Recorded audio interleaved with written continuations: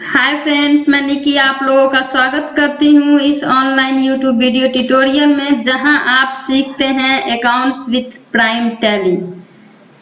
Friends, इससे पिछली video में मैं आपको बताई थी बिजनेस ट्रांजैक्शंस, बिजनेस और बिजनेस के क्या टाइप्स होते हैं और उसकी एंट्री हम कैसे करेंगे, परचेज की एंट्री परचेज में कैसे करेंगे वो बताई थी। तो बिजनेस ट्रांजैक्शंस बताई थी मैं आपको, परचेज, पेमेंट, सेल्स, रिसीव्ड और बैंकिंग, जिसमें से परचेज की एंट्री करना भी हमने आपको सिखाया। आगे बारी है पेमेंट की। पेमेंट क्या है? कोई भी वर्कर आपके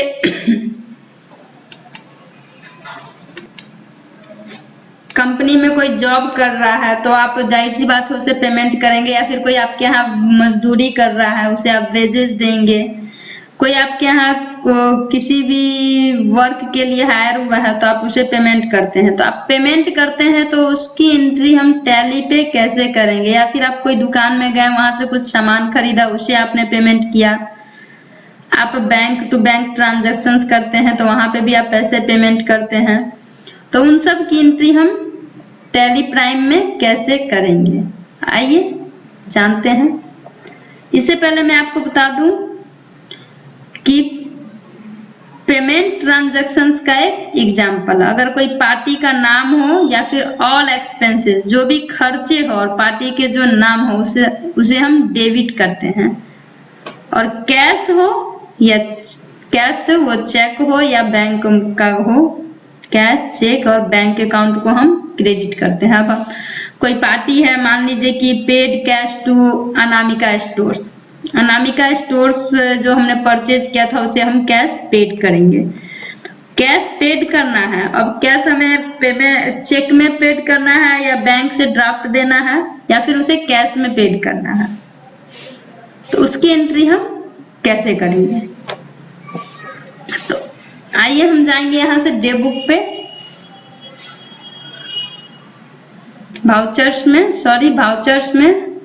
वाउचर्स में आएंगे हम पेमेंट की एंट्री पे। कीबोर्ड से हम F5 भी प्रेस कर सकते हैं या फिर डायरेक्ट हम यहाँ से माउस ले जाके ड्रैग करके एक्सेप्ट कर सकते हैं पेमेंट की। तो अकाउंट, हमारा अकाउंट का नाम क्या है? हम यहाँ पे डालेंगे अनामिका स्टोर्स।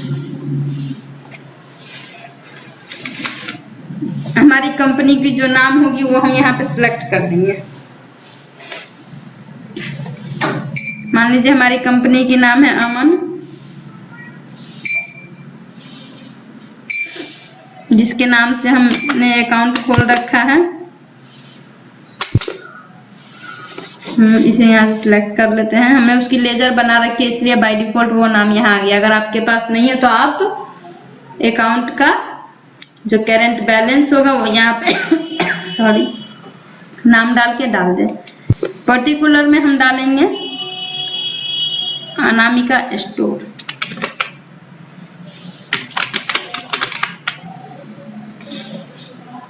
हमने लेजर क्रिएट कर रखी है तो यहाँ आ गया, हम इसे एक्सेप्ट कर लेंगे। जो अमाउंट हम उसे पेड कर रहे हैं वो डालेंगे, जैसे कि 500। डायरेक्ट हमारा करंट बैलेंस 500 क्रेडिट हो गया अनामिका के स्टोर में। और हम 2 में लिखेंगे यहाँ कैश अकाउंट।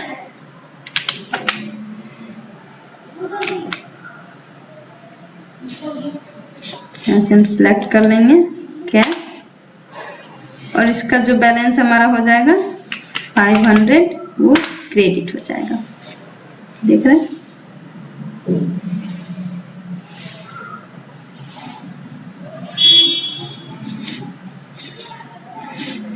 सर यहाँ डेबिट हो गया, 1 मिनट। ये हमें कैश की एंट्री जो हमारी जर्नल एंट्री होगी वो जर्नल वाउचर में होगी। पेमेंट की एंट्री में हम सिर्फ अनामिका को पेमेंट कर रहे हैं तो ये हम सिर्फ पेमेंट की और हम इसे एक्सेप्ट कर लेंगे। जो नरेशन देनी है हमें वो हम नरेशन देंगे और हम इसे पेमेंट चेक द्वारा कर रहे हैं या कैश द्वारा कर रहे हैं वो देंगे। अगर चेक बाय डिफॉल्ट आता है, चेक से कर रहे हैं उसकी एंट्री, तो चेक का जो रेंज होगा वो सब डालिए, डेट वगैरह डाल के हम इसे एक्सेप्ट कर लेंगे और नरेशन डाल देंगे paid cash to Anamika store, इस टाइप से। देन हम इस एंट्री को एक्सेप्ट करेंगे। तो हमने जो ये एंट्री क्रिएट की है इसे देखने के लिए हम कहाँ जाएंगे? सोचने वाली बात है कि जो हमने एंट्री बनाई वो आखिर हमारी गई कहाँ? यहाँ से हम वापस एस्केप की से बाहर आएंगे कीबोर्ड से और आएंगे यहाँ से डे बुक पे। ये देखिए हमने अनामिका स्टोर्स की पेमेंट की एक एंट्री की। अब हम पेमेंट की जो भी एंट्री करेंगे वो हमारे यहाँ पे आते जाएगी। जो कि हमारा अमन का अकाउंट था, 500 क्रेडिट हुआ उसके अकाउंट से, अनामिका के अकाउंट में डेबिट हुआ। पेमेंट की जो भी एंट्री होगी हम आसानी से यहाँ आकर के देख सकते हैं। एस्केप की से बाहर जाएंगे और हम डे बुक में, डे बुक को हम जर्नल भाउचर या भाउचर बुक भी बोल सकते हैं। इसी तरह हम सेल्स ट्रांजैक्शंस की एंट्री कैसे करेंगे? सेल ट्रांजैक्शंस की जब हम एंट्री करेंगे तो वहाँ पार्टीज नेम कैश हो या बैंक हो या अकाउंट हो बैंक की, उसे हम डेबिट करेंगे और सेल्स को हम क्रेडिट करेंगे। जैसे कि सेल्स रिटर्न किया एग्जाम्पल, तो सेल्स रिटर्न को हम डेबिट करेंगे और कोई पार्टी का नाम है उसे हम क्रेडिट करेंगे। अब एक एग्जाम्पल है कि सोल्ड गुड्स टू अमन, अमन ने कुछ सामान खरीदा और तो जाहिर सी बात है अमन ने सामान खरीदा तो कैश देके खरीदा होगा, तो हम कैश को क्रेडिट करेंगे। यहाँ से भाउचर में जाएंगे, भाउचर में हम आएंगे यहाँ से जर्नल भाउचर पे, जर्नल भाउचर F7 कीबोर्ड से प्रेस करें या फिर माउस ले जाके ड्रैग कर दें। यहाँ पे हम एक एंट्री कर लेते हैं अमन की। अमन जो कि 2000 रुपये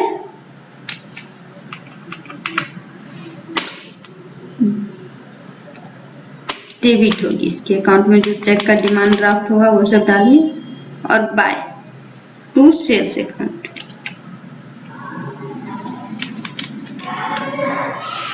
सेल्स की हमें एक लेजर क्रिएट करनी होगी। यहाँ पे शो मोर में सेल्स की लेजर नहीं है तो हम यहाँ से क्रिएट पे जाएंगे।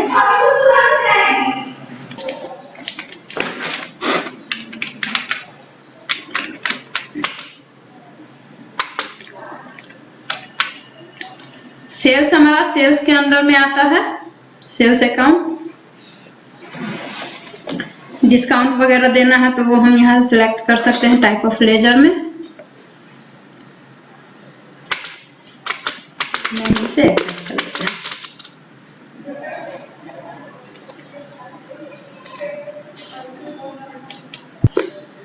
इसी हमने यहाँ सेल्स अकाउंट लेजर बनाई, वो आ गया और कैश हमारा 2000 रुपये यहाँ करेंट बैलेंस में क्रेडिट के अंदर हम इसे एक्सेप्ट कर देंगे। नरेशन अगर हमें लिखनी है तो हम यहाँ लिख सकते हैं।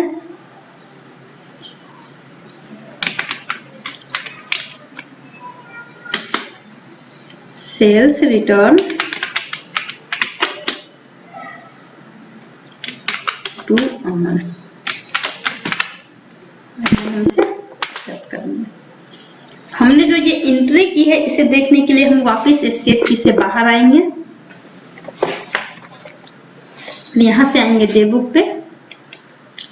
डे बुक पे हमें अमन के नाम की जर्नल में सेल्स की राइट क्लिक करेंगे माउस तो दिख जाएगी चेक डिमांड ड्राफ्ट वगैरह जो भी है। आप ये फीचर्स अनेबल या डिसएनेबल कर सकते हैं अकाउंट की। अगर कैश देनी है तो हम यहाँ से F11 प्रेस करेंगे और फीचर्स में जाके हम यहाँ मेंटेनेंस अकाउंट्स ये रहने देंगे, ये रहने देंगे। GST टैक्स वगैरह को हम यहाँ से नो कर सकते हैं। तो हमें बैंक की जो डिटेल्स होगी वो नहीं मांगेगी। अगर कैश में दे रहे तो हम यहाँ नो कर दें।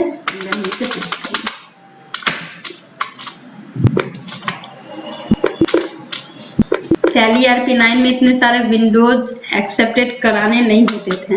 टैली ERP9 में 3 विंडोज किसी भी चीज को बना के एक्सेप्ट कराने होते हैं। देन ये हमारी बनके तैयार। हम स्केप की से वापस बाहर आएंगे। तो डे बुक में हमने अभी 2 एंट्री की है, एक अनामिका स्टोर्स की और दूसरी अमन की।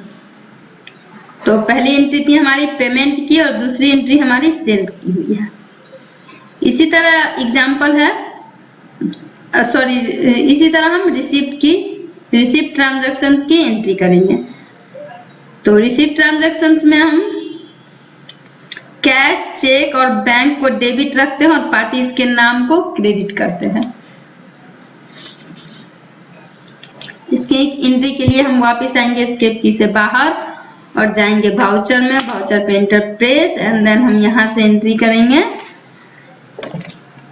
एक एग्जाम्पल ले लेते हैं, जैसे कि हमने अमन से कैश लिया, तो कैश सेलेक्ट कर लेंगे, कैश अकाउंट डेबिट, मान लेते हमने 500 रुपये उससे 200 रुपये हमने उससे लिए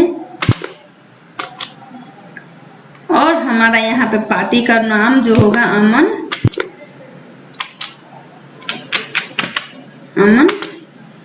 उसके 200 रुपये क्रेडिट हो जाएंगे। जो भी डिटेल से डाल दें, नरेशन में लिख दें RECIBD रिसीव्ड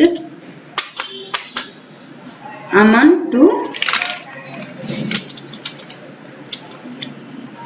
कैश।